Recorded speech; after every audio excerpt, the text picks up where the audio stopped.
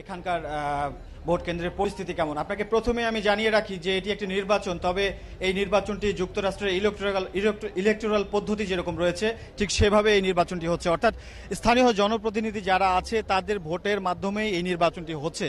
তো আমি এখানে আজিমপুর গার্লস হাই স্কুলে আছি। এটি আসলে ঢাকা জেলার 15টি যে কেন্দ্র রয়েছে তার মধ্যে একটি কেন্দ্র, এটি 4 নাম্বার কেন্দ্র।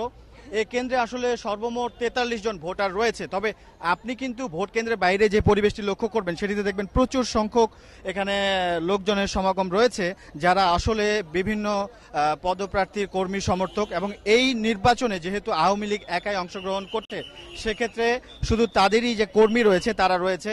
এবং এখন পর্যন্ত এই ভোট গ্রহণ শুরু হয়েছে সকাল 9টায় এবং এখন প্রায় বেলা 12টা পার হয়ে এসেছে। তো এখন পর্যন্ত প্রায় 15 জনের মতো ভোটার ভোট দিয়েছেন। কিছুক্ষণ আগে এখানে ঢাকা সিটি কর্পোরেশন দক্ষিণের মেয়র জনাব সাঈদ খোকন এসেছেন এবং তিনি ভোট দিয়েছেন। আর এই ভোট গ্রহণ চলবে 2টা পর্যন্ত। আপনাকে একটু সংক্ষেপে জানিয়ে রাখি যে এই নির্বাচনে আসলে প্রতিটি প্রতিটি প্রতিটি জেলা পরিষদে একজন চেয়ারম্যান এবং 15 জন সদস্য এবং 5 জন সংরক্ষিত সদস্যকে নির্বাচিত করা হবে।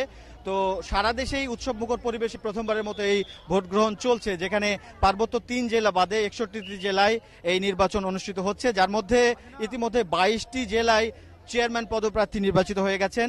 এবং ঢাকায়ও কিন্তু বিনা প্রতিদ্বন্দ্বিতায় মাহবুবুর রহমান যিনি চেয়ারম্যান পদপ্রার্থী নির্বাচিত হয়েছেন। এবং ঢাকায় যে 15টি কেন্দ্রে ভোট গ্রহণ চলছে এখানে শুধুমাত্র আপনার সদস্য এবং সংরক্ষিত সদস্যদের ভোট গ্রহণটি চলছে। এখন পর্যন্ত এখানকার পরিবেশ যথেষ্ট শান্তিপূর্ণ রয়েছে। এখানে ভোটাররাও ভোট দিচ্ছেন শান্তিপূর্ণভাবে। আইন শৃঙ্খলা রক্ষাকারী বাহিনী রয়েছে, তারাও কিন্তু বেশ তৎপর রয়েছেন।